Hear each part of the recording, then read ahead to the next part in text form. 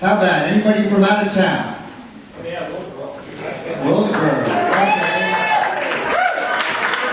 You know what? We're going to include you tonight. We're going to include Roseburg. Yes.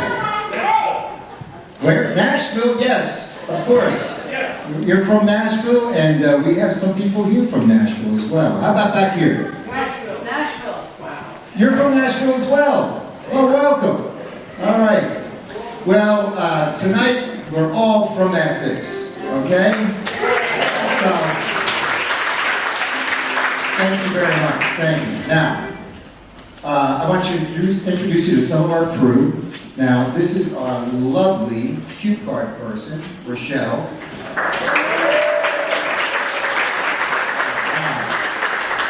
If she holds up this sign, what do you do? Wow, okay, that was actually very good. A little Saratoga-ish, but very good. Let's try it again. If we hold up this sign, sounds like Essex. Okay, then later on, we're going to need your help, and Rochelle might hold up this sign, and you're going to say, Sounds like Essex. Very good. One more time. Sounds like Essex. Well, that's fantastic. Thank you very much. We're at about 3 minutes here, so. Now, you can applaud and you can laugh at any time, but this is to help our radio audience out there. And let's make sure that they know that we're having a great time, okay? This show is presented with a generous grant from the New York Art Commission. If you need to leave at any time during the show, if there's an emergency, you go out the way you came or out the back to your left. Now's a great time to turn off the cell phones. You know, why people in radio land wondering what are those strange noises that we're hearing in the background. Okay? So we're at about 1 minute.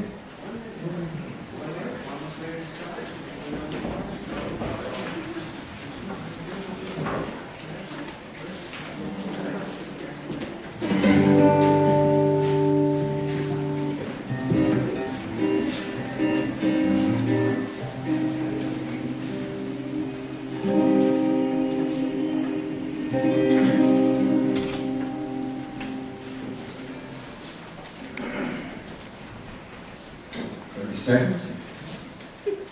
See those people in the back over the show. You can take a seat. We're not on the air yet.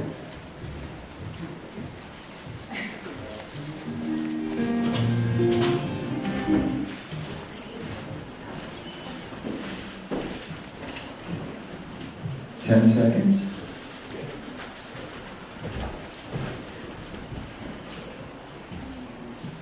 And in 5, 4, 3, 2, and 1. Ladies and gentlemen, welcome to our performance of Sounds Like Essex, coming to you from the beautiful Iroquois Masonic Lodge in downtown Essex, and brought to you in part by the Pink Pig.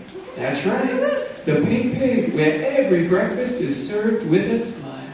I'm Bruce. This is Heather, we're the MCs for the evening, and now to open our show, here are the Essex Singers.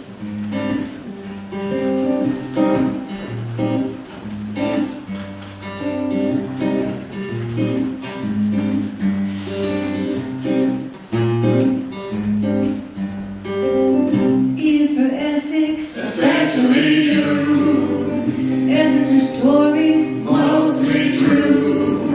S is for songs, music in the air. Be exceptional, unconventional. E-S-S-E-X.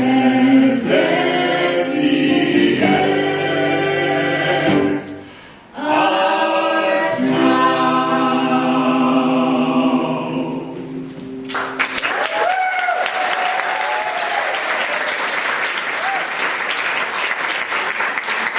Well, thank you, singers. We're going to start with... Oh, you have a visitor on stage? Nothing like a live show, ladies and gentlemen. Hi there, what's your name? Hi, I'm Joan. I wanted to welcome you and thank you and your show for coming to our town. That's so nice. And what do you have there?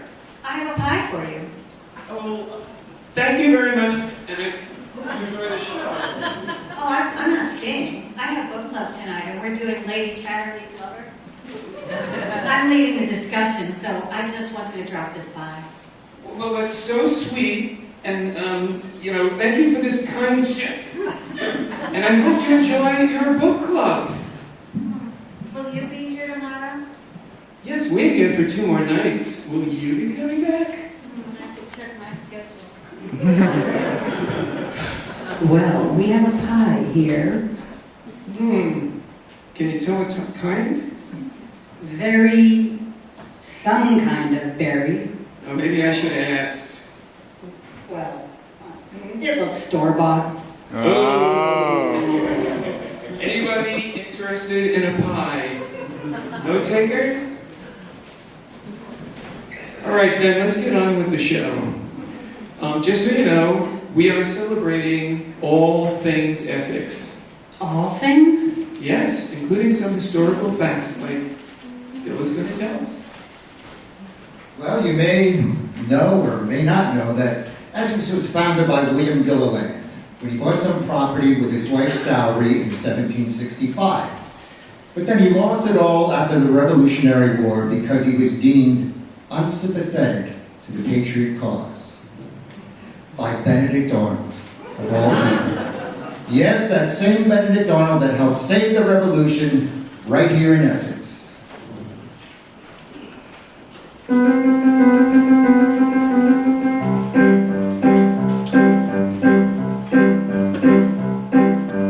Arnold met the Brits at Balboa Bay, he was not the man we know for treason. Placed in charge of a young navy, he helped to save the revolution. He helped save the revolution. Helped save the revolution. No matter what you know, he later became. He helped save the revolution. Outgunned, outmanned, he got away in the dark of night, causing confusion. That more the Brits, they chased him down to bring the battle to conclusion. He helped save the revolution. He helped save the revolution. Set fire to his boats near Essex town. He helped save the revolution. Wait a minute. Stop. He was a traitor, right? That's right. He fought against us with the Brits during the war. Yes. Why are we praising him? We're not praising him. We're just relaying the facts. Besides, his being a traitor also helped our cause. It did? Yes. How's that? It riled the people so much that the recruitment of soldiers and morale went way up. It gave the colonies the emotional boost they needed to continue the fight.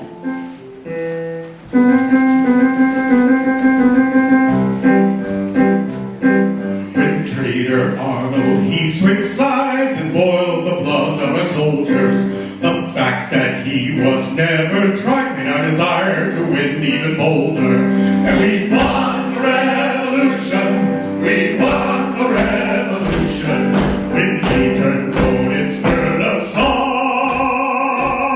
And we won the revolution.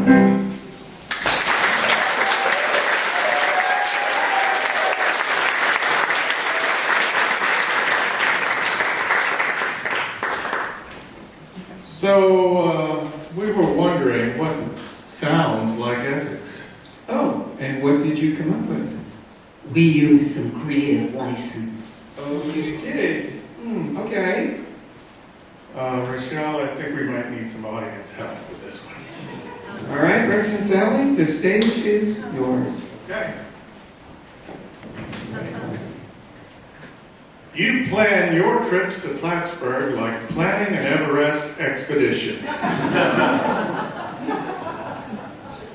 You can die happy because you've hiked all 46 peaks. Sounds like Essex!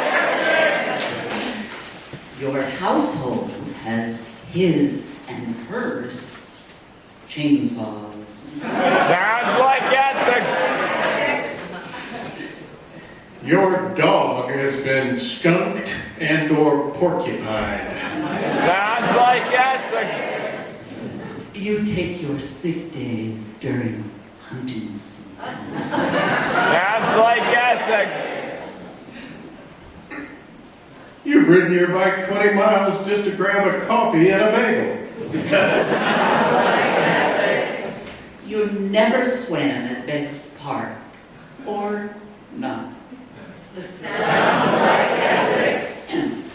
You accidentally bagged a deer during hunting season with your pickup.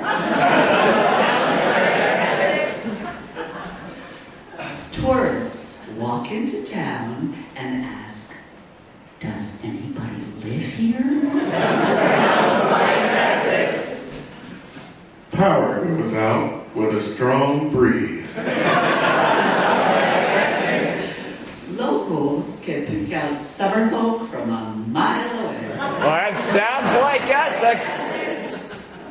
Store hours change depending on mood.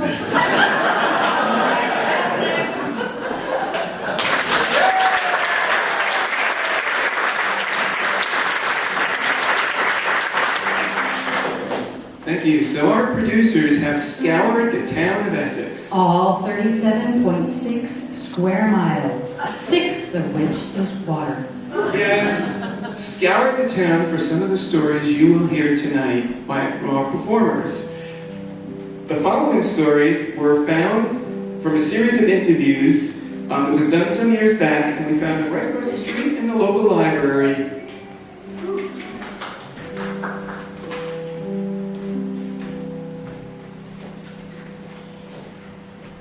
I'd like to tell this story that my father told me. It had the old post office was at the center of this love story. It happened during the gold rush of 1848. Once upon a time, there was a beautiful farmer's daughter living outside of Essex who was in love with a penniless local boy. He was convinced he should go west, make his fortune, and then come back in a better position to marry his girl. So he made the long journey west, and was there for a few years, and his love wrote him faithfully every week. In the meantime, the local postmaster, who had always had a crush on the young girl, was always there ready to console her. She kept writing her love, but didn't receive letters back. Her letters became short and tearful. Finally, she could no longer hold out hope that her young man would return, and she gave in to the advances of the local postmaster, and she married him. They had 5 children together. Were they happy? I don't know. But here's the twist. Years later, when they were tearing down the old post office, one of the workers found all the letters she had written and an almost equal number from the young man she loved and was waiting for, hidden in the walls. They were both gone by then, so they would never know why the other stopped writing and who put an end to their love affair.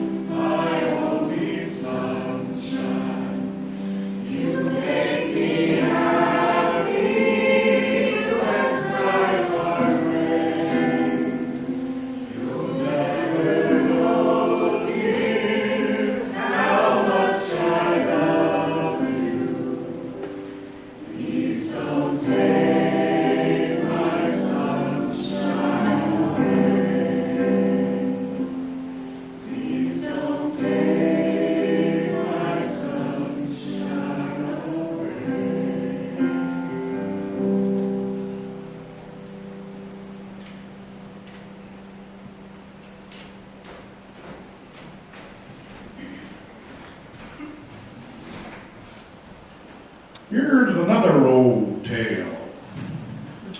On the middle road near the Essex town line, there's a small red brick building that's falling down. This was the home of Job Stanford, the only soldier wounded in the War of 1812 in a British attempt to burn a distillery. As the British approached the shore, they were fired upon by American soldiers hiding in the woods. A British schooner started lobbing cannonballs at the sand cliff. Now, old Job saw one of these cannonballs bouncing on along towards him, but he couldn't get out of the way fast enough, and it took most of the meat off of his right calf. After the war, Job applied for his disability pension, but was issued only a mere pittance. It took him a long time to get his proper pension, because the government kept trying to settle for the price of a young cow, not realizing he was suing for his leg.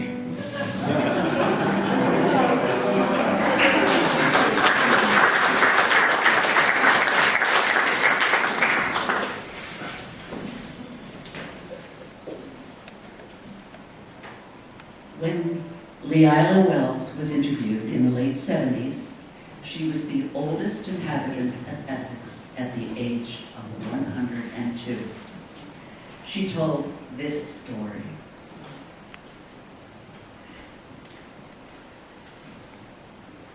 I was engaged to be married and was making my wedding dress, and I needed some special fabric.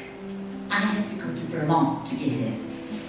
The lake was frozen, so my father helped hitch the horses to the sleigh, and my brother and I took off across the lake.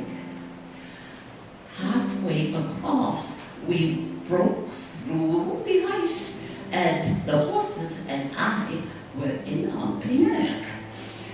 But my brother stayed calm, and remembering what father had told him, he told me to get out of the sleigh, and he proceeded to get the attention of the horses. After a struggle, he managed to calm them down. And when they became still, they floated up on the piece of ice that had broken through. And my brother was able to get them back over on the thick ice. And we got back in the sleigh, and we continued to Virgin's, where I bought the fabric and buttons that I needed. We returned to Essex without incident, and I had a wonderful wedding near Williams Bay.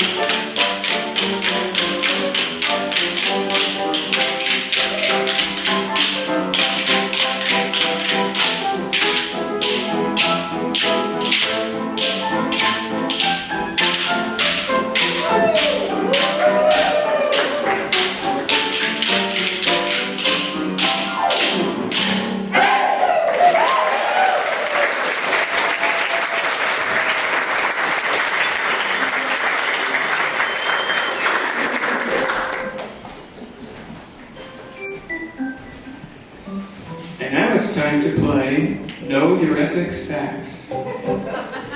If you, in the audience, think you know something about Essex, raise your hands and the lovely Rochelle will come out and bring you up onto the stage. And don't be shy.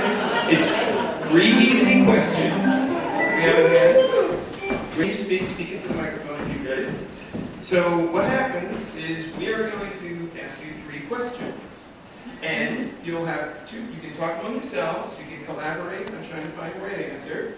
If you answer 2 out of 3, you will win Custom ground coffee from the Pink Pig and a mug. The best coffee on this side of the lake. If you get all 3 correct, you also win an exclusive designer t-shirt from the Sounds Like Essex collection. Perfect for pickleball, gardening, or just hanging out at the old dock. Introductions? What is your name, young lady? My name is Zoe. Oh, Zoe, where are you from? I'm from Massachusetts. So you're just visiting here in Essex? Yeah, I've studied it, very well. You know all your Essex I know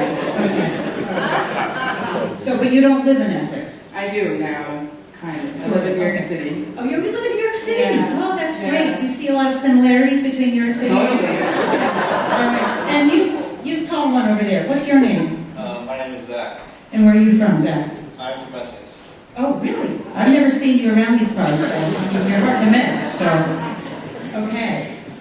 Are you ready to play? Oh, yeah. All right. You look really enthusiastic. the first question. In the 1850 census, there was 2,351 people living in Essex, but the sheep population was A, 11,500, B, 352, or C, 1,100. You didn't know this was a math question, did you? Okay. You have 30 seconds.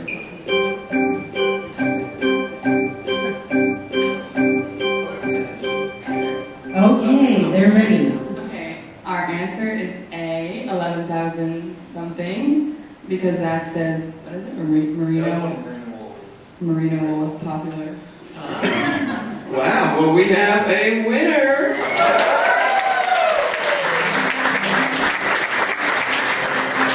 Okay, One more, you'll get a prize. you're off to a great start.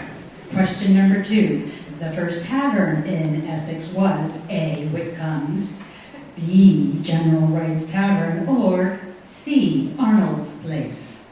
You have 30 seconds.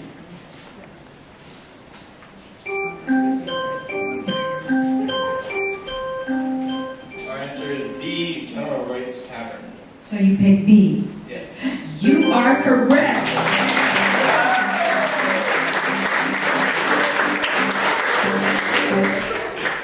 All right, well, for the t-shirt, question number 3. According to TripAdvisor, a top attraction in Essex is Beggs Beach, the Octagonal Schoolhouse, or the Barn Door Tavern. 30 seconds.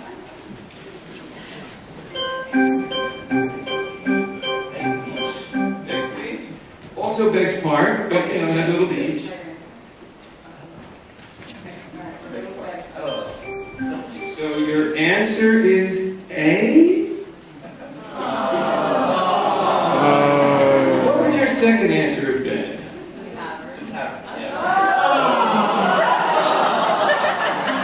Yes, ladies and gentlemen, believe it or not, the Octagonal Schoolhouse is listed in TripAdvisor as a top attraction, and it is right across the street. So after the show, a short stroll and observe one of the wonders of Essex.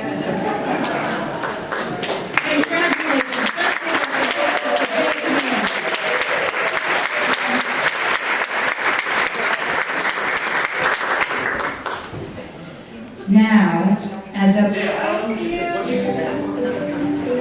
public service, we take you now to the planning board meeting now in progress.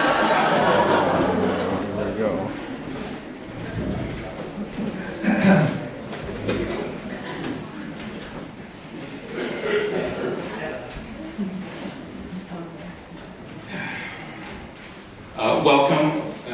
This is for petition 548-112-110-12.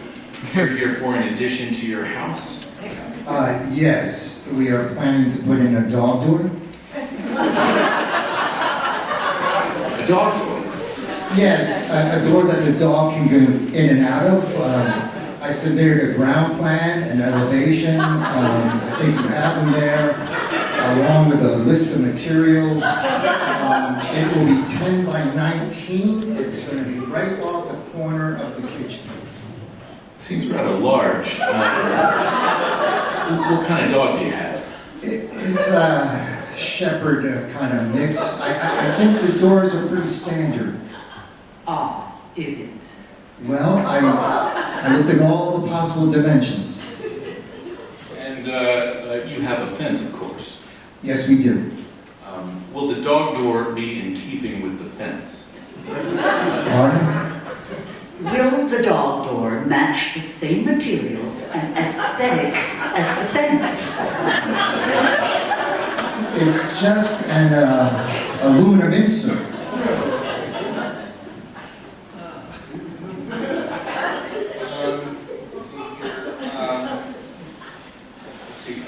Will it protrude in any way? Protrude the... That it could be seen from the street?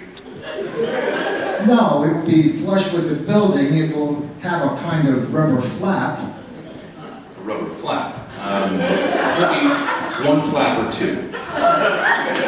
Just one.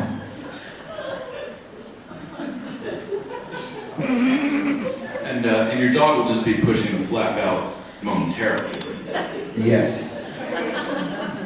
Will the flap be light enough for the dog to push? We wouldn't want a frustrated dog. Well, as you can see from the chart I provided, that the flap we chose is appropriate for the breed and the size of our dog.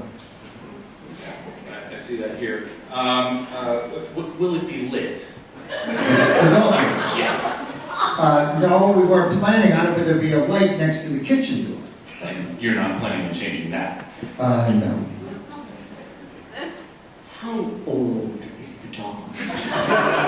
He's 7 or 8, I think. Very good. Never pass muster. Okay, so I think we have everything we need here: elevation, blueprints, material list. We'll hand this over to the town architect and get back to you next week. Thank you very much. No, thank you. Your participation is the bedrock of our democracy.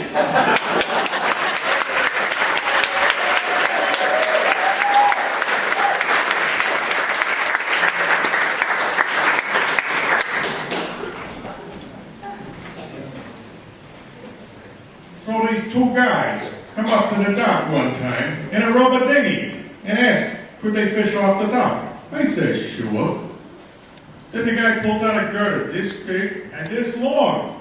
And I go, what are you going to do with that? He says, oh, that's our anchor. I said, you got to be kidding me. It's like 500 feet deep out there. Oh, we do it all the time. I said, you got to be careful. You know what? How much land you got? He says, 300 feet. You know what? You got a map? Because you could throw out on 500 feet of water. You got to be careful. Oh, we know what we're doing. We do this all the time. You know, everybody wants me to know that they're an expert. But I got to tell you, you got to be careful. 2 people almost died regarding a decision I made about something that they argued with me about, that it was dangerous and it didn't work out well. Now these 2 guys go out in the dinghy, and I'm watching through my binoculars, and a guy stands up, and he throws a girder over the boat. He threw out like 500 feet of water. So when that thing got to the end of the rope, the side of the dinghy went floop like this and woof like that. And all the guys and all that stuff, and I go, okay, here we go. I used to have a towboat, so we run out there, and the guy goes, can you get a diver? A diver? That boat's on the bottom. It's in like 100, 200 feet of water. You threw out in 500 feet of water with 300 feet of line. What did you expect?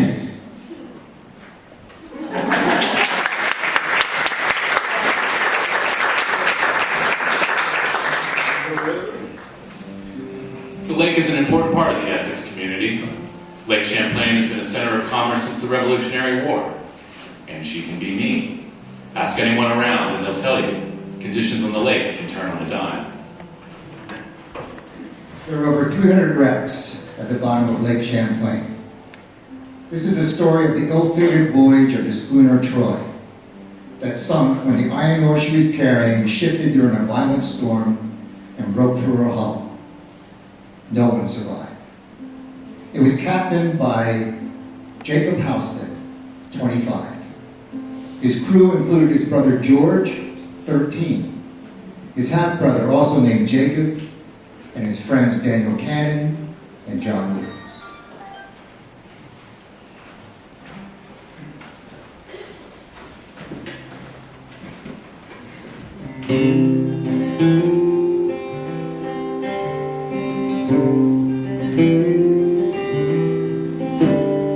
Heading out to Westport on a crisp November day.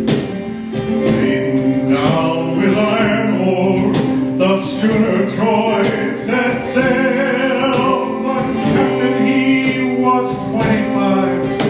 The crew, they were just boys. When a mighty gale devoured them, on the lake floor lies the Troy. On the lake floor lies the Troy. Say a prayer for those young boys buried with the iron ore. On the lake floor lies the Troy.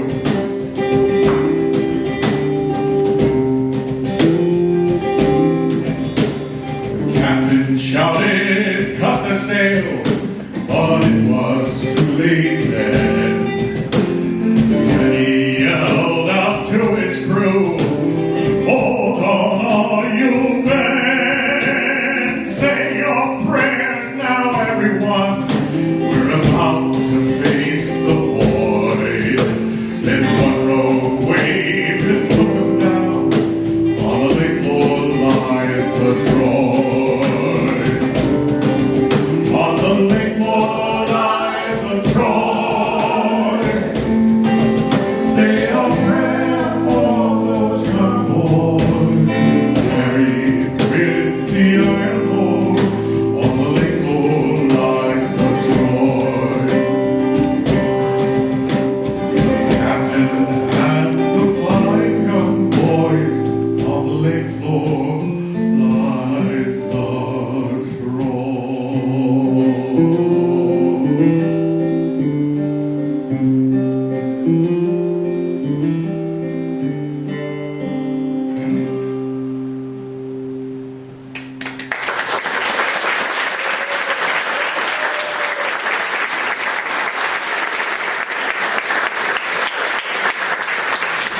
Now, as a public service announcement, we take you to the transfer station.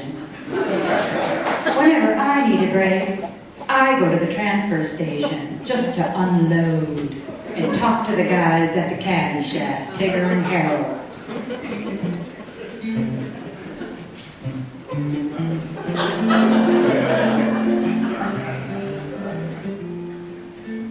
You know, I'm kind of new around here, so I could maybe get some help. Every time I take my recyclables, I seem to get it wrong. I know. I have the same problem. It's embarrassing. Makes you want to throw everything away. But now I've found an easy way to remember what you can and can't recycle. Really? How's that? It's as easy as going to the bathroom. Really? Yes. Our transfer station takes plastics with a number 1 or number 2 stamped on it. Okay, so when I go, all I have to remember is if it's number 1 or number 2. Very good, that's right. And no food containers. Like peanut butter? No, that's a sticky one. Now, if you look at the bottom of a peanut jar, it's actually stamped with a number 1, but you have to make sure that it's clean. Really, it seems more like it should be a number 2. I know. But by food containers, I mean the takeout kind, like for Chinese food or fried chicken. And no plastic clams, that's a big one.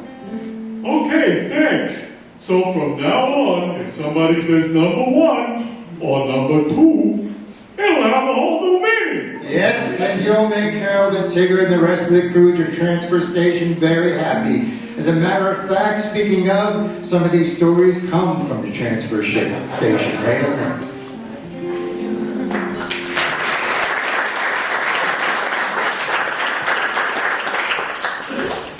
Well, we had a llama come in one day. A llama. They needed to weigh it, and they needed to give it some medication, so they were looking around for a scale they could use. They couldn't find one, so they brought him here, and he came in with this funny little bowler hat on and everything, and so they put him up on the scales, and they weighed him, and they were able to give him the proper medication. So that was fun.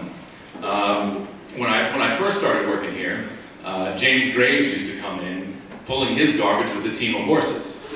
And it was quite the thing to see. We would all gather around as he would back up the team of horses with his garbage onto the scales. It was quite the thing to see. The most dangerous thing that ever happened, well, we had this little old lady come in. She's about 90 years old or so, comes in to do her recycling. And I was helping her out, and I dropped some papers on her back seat. And I reached in to get them, and she took off down there, all the way to up here, with me dangling off the side of the car, hanging on for dear life. She's still around, and she still comes by to do her recycling, but now, when she pulls up, she hands me the keys.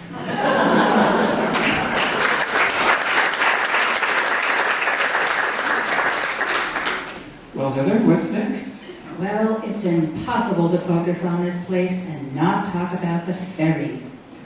We had a talk with the ferry captain, and you're going to hear a slice of what he had to say.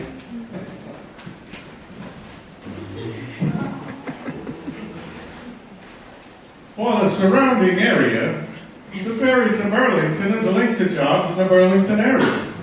Or for some, to the school the kids go to. And what a cool way to start your school day. For those heading in the other direction, it's more about the quiet and the beauty of the New York region here. Over the years, more and more we get people from anywhere in the world, and I get to hear more languages on the boat. You know, it's neat that wherever they're from, they come to see them come and marvel and enjoy. It's like a secret part of the country here. People come and go, wow. Now what comes to mind is the ice storm of '98. The entire region was shut down. Roads closed, power lines down, transformers blowing all over the region. We were on watch duty for the power generator on the boat when, gee, doesn't a car come down the hill? And it was a resident of Essex. And wow, he made it all the way down to the dock, avoiding all the downed trees and power lines, and I knew him. He lived right here in the village. So I was like, we could take you across. So we got underway. I gotta tell you, it was like no night I ever remember. There wasn't a light on anywhere. Flat, calm, pitch black. It was like a total black box experience. Pretty wild. Well, we got Bruce home and headed back on a totally dark lake.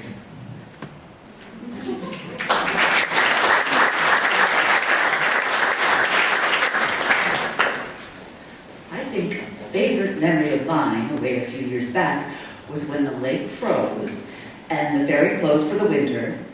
And when it opened again in April, everybody in town was down at that dock, welcoming the ferry. We had signs, all kinds of noisemakers. It was such a fun time. The ferry's back, it's open, we can go to Vermont again. It was so great.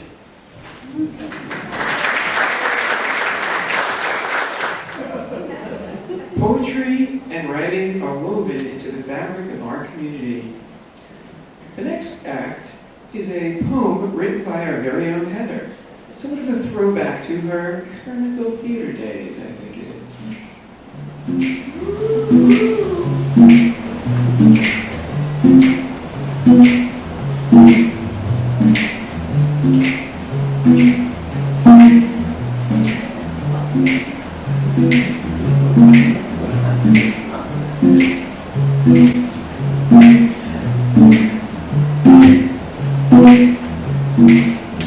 I'm the first on the ferry.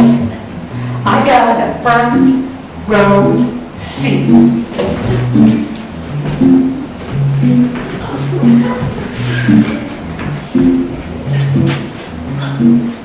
I'm the ship's figurehead. I don't stay in my car, I go up top instead. I don't text or make calls. The greatest season of all is my mind, unencumbered. A review, a postcard. I take pictures with my eyes. I spot a clump of white buildings. My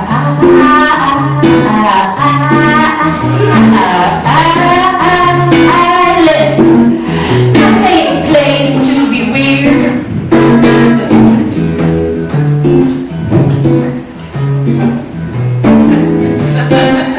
The whole town's a little weird. Unique. It has a story book mystique. Ooh. So I bounce down the steps, I'm getting ready to go. I hop in my car, that's, you know, in the front row. I watch the road drop, and they're giving me the wave. And I'm feeling happy, not harried, 'cause I was the first on the ferry, and now I'm first off.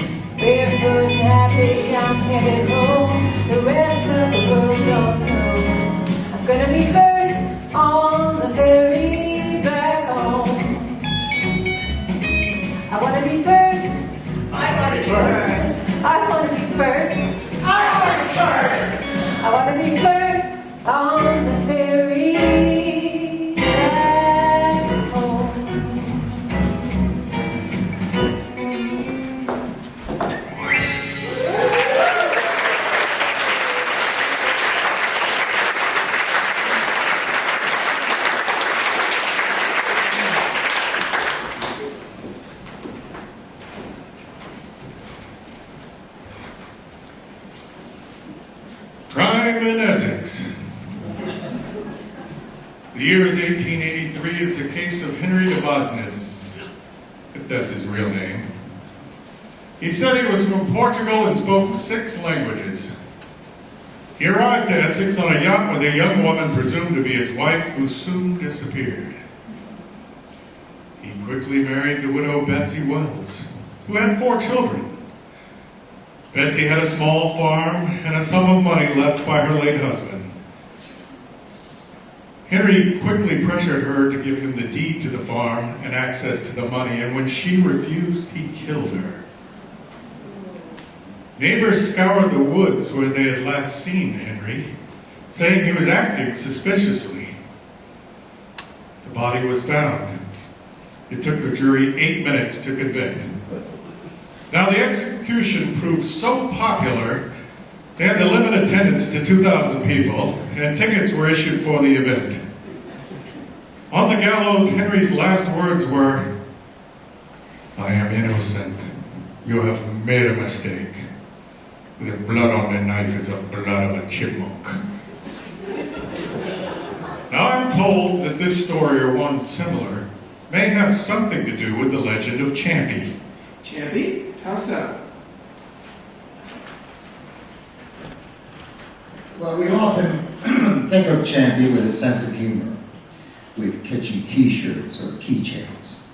But one legend has it that Champy is really the reincarnation of a young man who kills his lover in a jealous rage and then tries to drown himself to end his shame.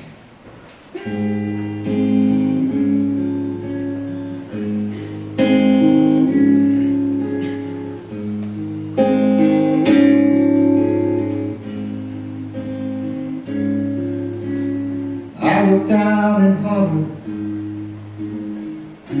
what I just had done. How could I take the life of this woman that I love? My jealous heart was burning, filled with jealousy. I crawled to the water, prayed she'd open up for me. Now I swim forever, way down by my shame. No matter what you call me, I'm the ghost of Lake Champlain.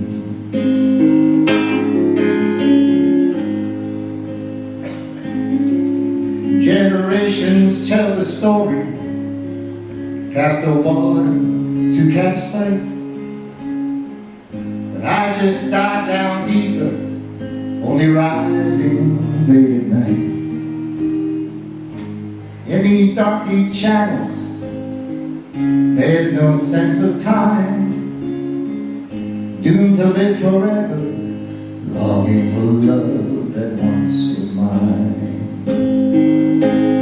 Now I swim forever, lovers listen to my tale.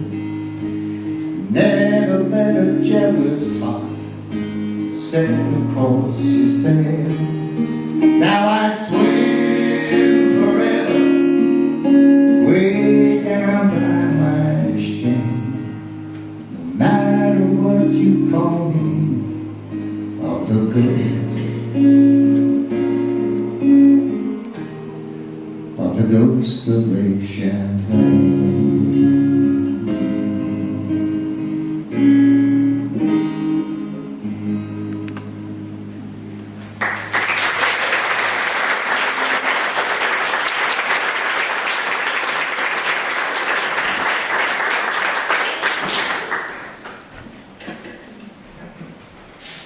Now it's time to play a game we call Essex, True or False.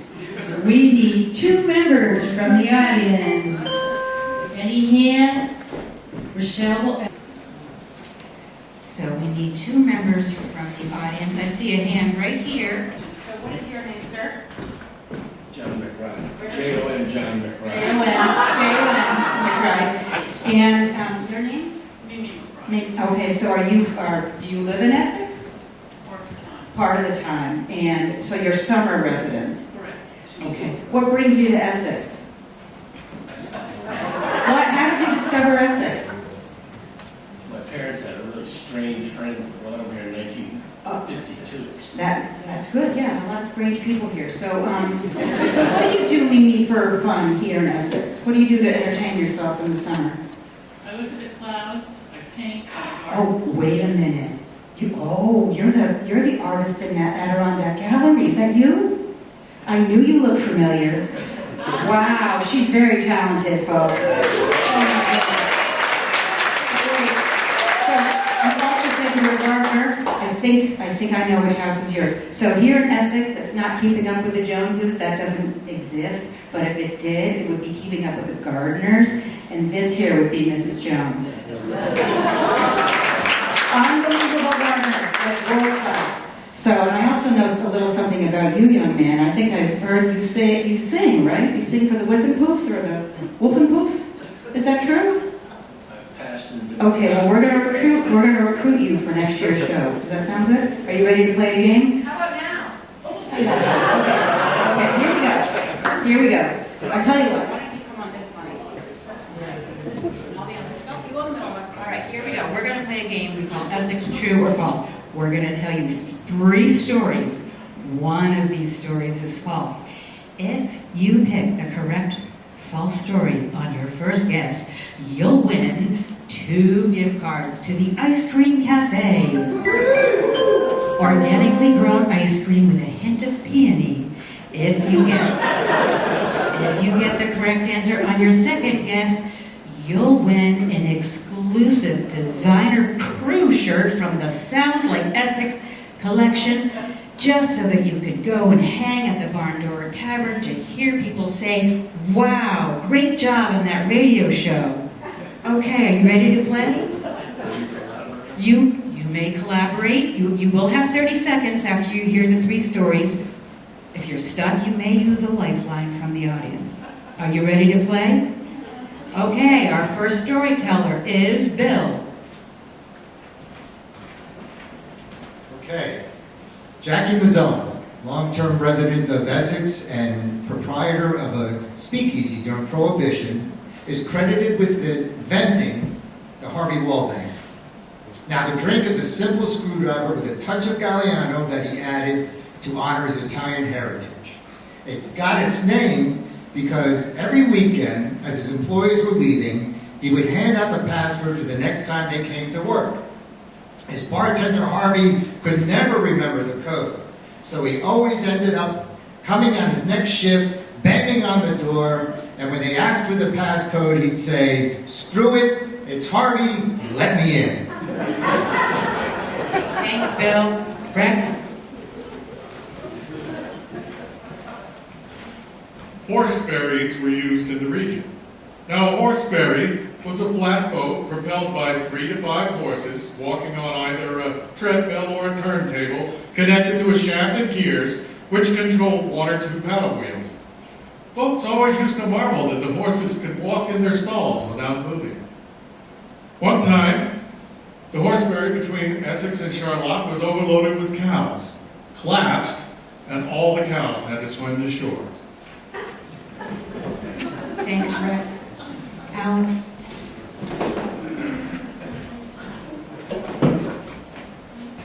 Rattlesnakes have been a topic of discussion in Essex. Once the town supervisor put out a bounty on rattlesnakes, and it said that John Burnham, founder of the Crater Club, would take dynamite from his construction job over to the snake den, cause an explosion, and see how many he could dispatch. A ski slope was also planned for Essex. Once again, dynamite was used and sent a slew of snakes slithering through the area. Thanks, Alex. Since most of our listening audience is elderly, we're going to review the options. Is it A, Harvey Wallbanger, B, horse ferry, or C, rattlesnakes? Which is the false story? You have 30 seconds.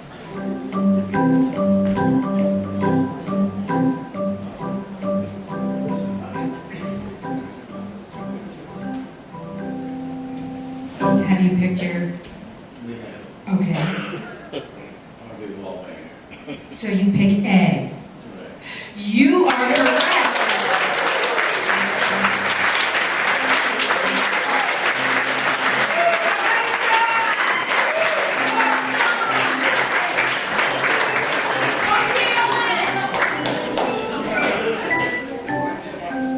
Okay, let's give our contestants another big hand.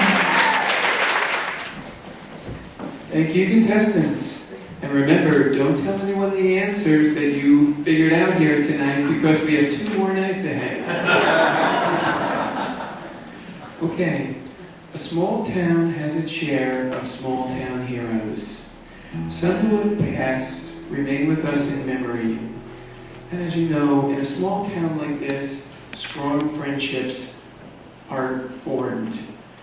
So, Clint Allen memorialized his friend Harold Tart, who owned a grocery store right here on Main Street, in a song. Now, Clint always used to tease Harold about buying his groceries from retail stores and marking the prices way up. But even if the prices were a little high,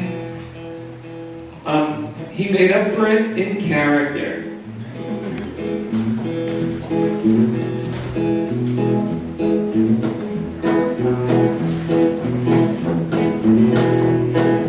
There's a small town and it crosses Route 22.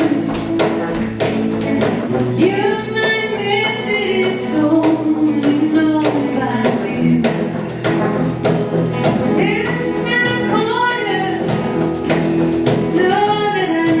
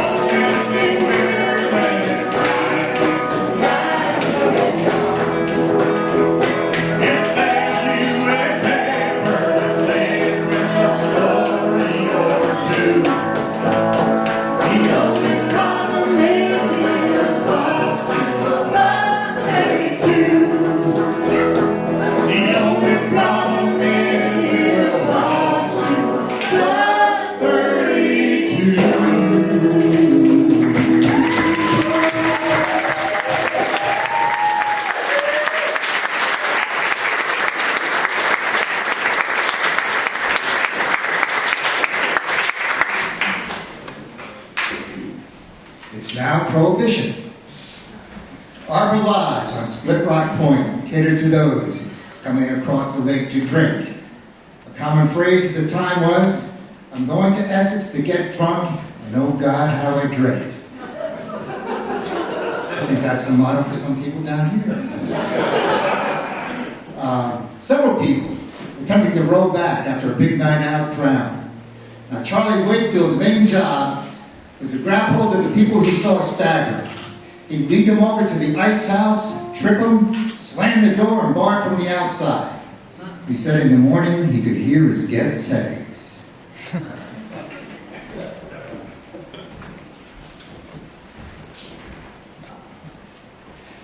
Kurt Burnham, who was interviewed in 1975 about his Prohibition-era memories, recalled one story of a local rum runner on the Willsboro Road.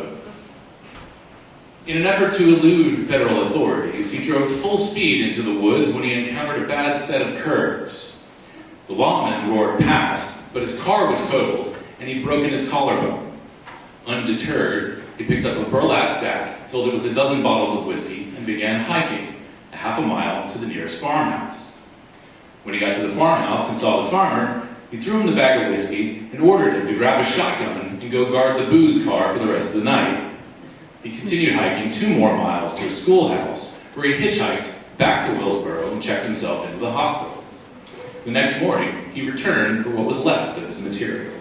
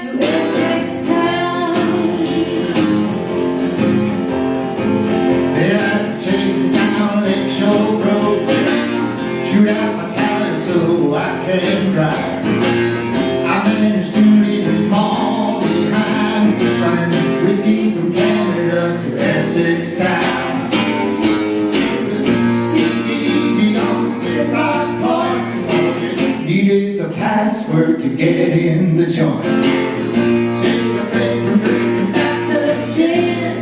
Or we'll whiskey in your Manhattan.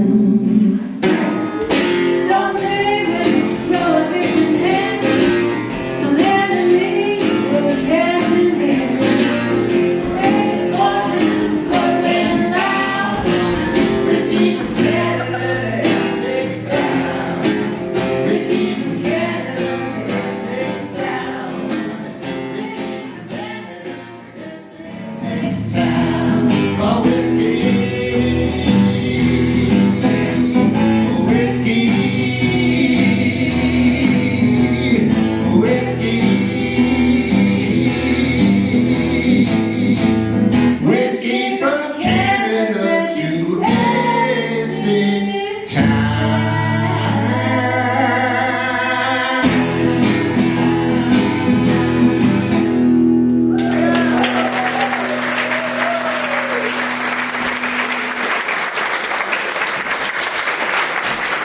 Siri, call Martha. Hello? Hey, Martha. Hey, how are you? When did you get up here? About a week and a half ago. It took a long time to get the place together, though. How about you?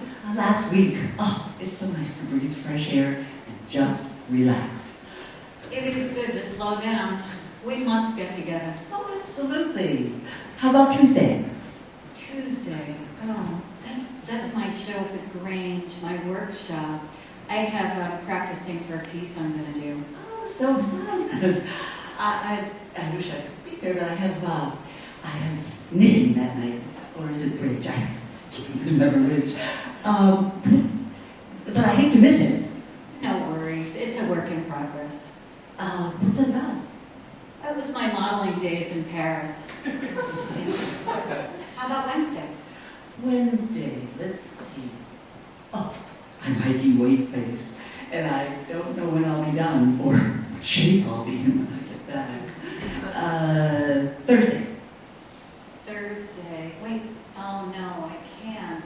I have to play golf with the ladies, and then there's a show at the Depot. Sorry. What about Friday? Friday. Is that full moon? I don't know. Yes, it is. I'm meeting some of the gals at Mother's Beach, and we're for a little ceremony thingy we do. We start at dusk. Do you drum? Never mind. Saturday. Ooh, no. Saturday, I'm taking my jams to the flea market, and then my kids are coming for the next week. Oh, you're jamming again.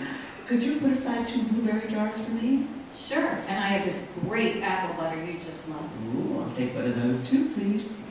Well, we'll try again next week. Yes, it is slowing down now. We have to get together. Absolutely. Goodbye for now. See you soon.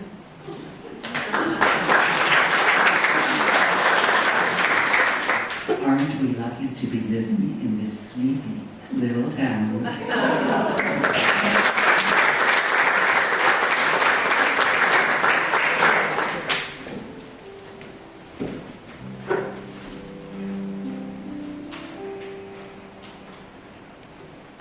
Essex was different in my youth. Everyone was a good friend, family friend, or relative. I don't think there was anyone my parents didn't like or help out if they needed help. If I did something wrong, I was seen, hollered at, and my parents told the punishment to follow. If I was hungry, which was frequent, someone would always give me a cookie or a sandwich. No one had TVs, so we played games, mostly outside. We would read or listen to the radio in the evening. Essex and its people, they molded me.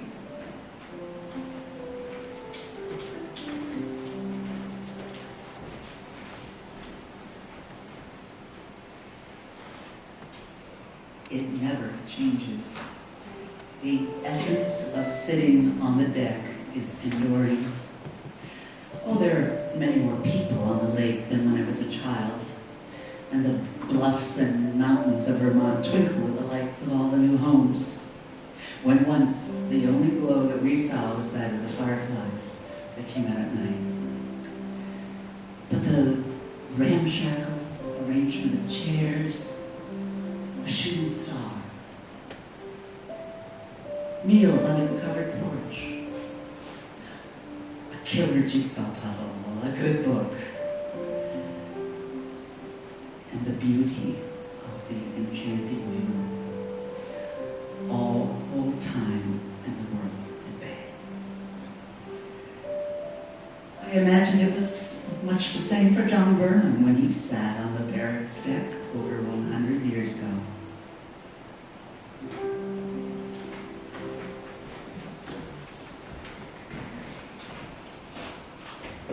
My father was a union carpenter most of his life, and I started working for him when I was a kid. Sometimes it gets slow, but lately there's been so much work you just don't go without. Can't do it all, though. Most folks around here, well, they either work for the prison or they're handymen. Like a lot of us, they do everything. And then you got the town road guys and the county. A lot of folks work for the county. A lot of women are nurses, which has picked up a lot. Didn't used to be that much.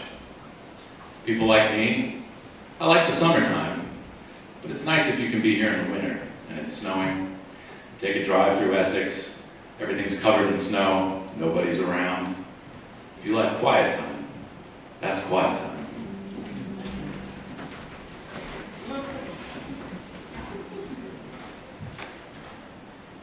Sometimes I think Essex just has bad timing. We had a bustling quarry, even supplied stone for the base of the Brooklyn Bridge. Then cement was invented. We had a horse nail factory, then automobiles appeared. Shipbuilding and shipping was big, and then the railroad came. Makes you wonder.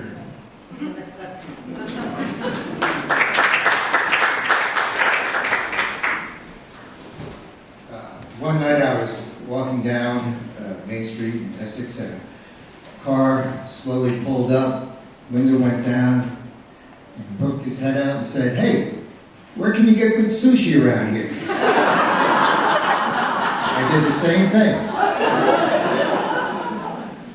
Yeah. Then someone asked me, "Well, what do you do on Essex Day? Do you have a parade, fireworks?" I said, "No, everyone just brings out everything they don't want out to the street. They try to sell it." And they looked a little disappointed. That's a little harsh, I think. Well, summer sure livens Essex up. It's when visitors come from all over to spend time in our little town. So we're now going to present the Parade of States and what they like most about our town.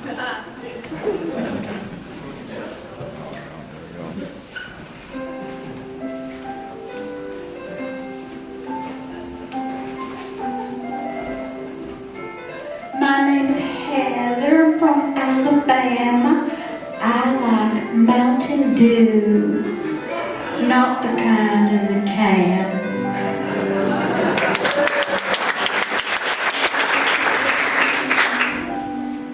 Sally, Arizona. The cooler weather. I like to wear sweaters in July.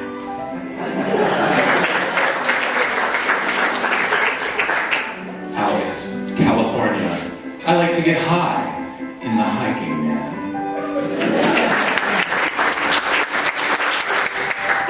Rex, Colorado, kayaking, and I get high. Hi, I'm Wayne from Connecticut. Sailing here is top notch.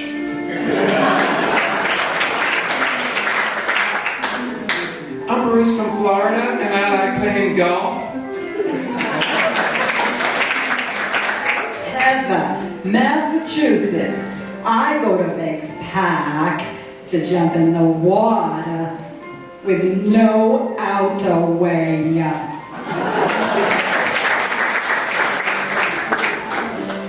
I'm Joan from Maryland. I like that we don't have any crabby people.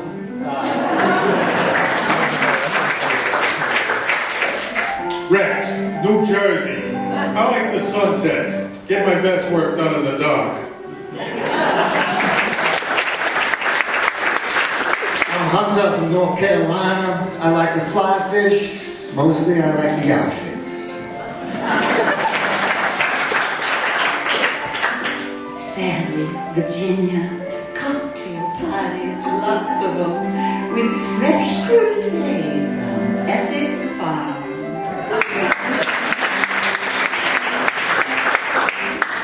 Hi, I'm Celeste. I'm from Tennessee, and I just like everything.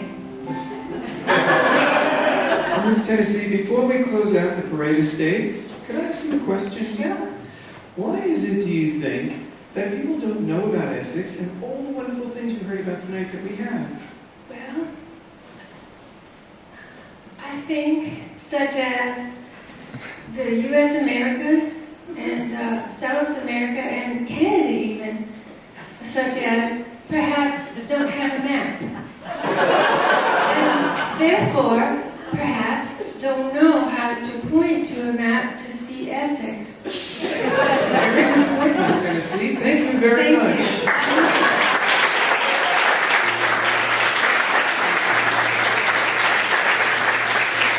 And now it's time for our final song.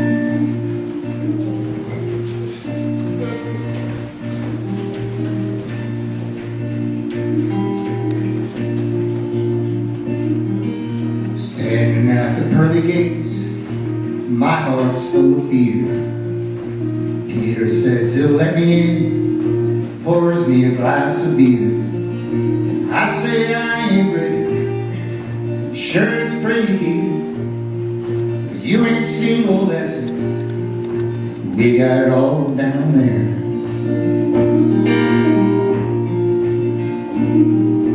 Please give me a second chance. Come down and see for yourself. I'm begging from the seat of my pants, a lie I would not tell. You got pretty sunsets, we got that right here. Heaven's filled with starry nights, we got it all right here. We got it all right here. We got it all right here. Heaven's filled with starry nights, we got it all right here.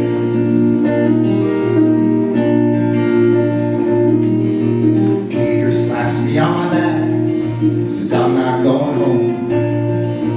Bought himself a shotgun shack, named it Villa de Rome. 'Cause when it comes to heaven and things that we hold dear, whatever you think heaven is, we got it all right here.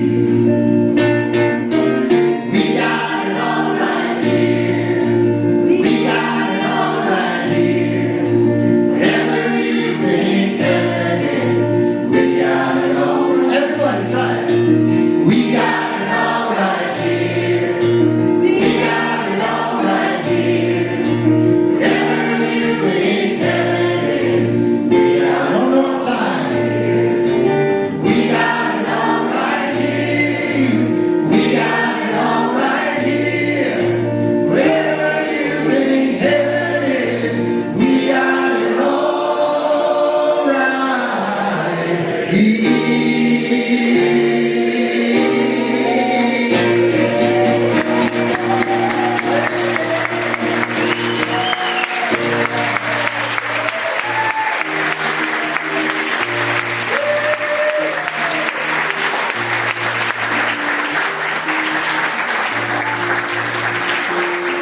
Thank you very much, and tune in tomorrow night for another episode of Adirondack Free Radio. A special thanks to Butch Wardell upstairs, to our incredibly talented pianist Bio, to Jim Burke, who helped build this set, members of our community whose dedication to collecting and preserving historical content made this production possible. Betsy Tisdale and Todd Ross.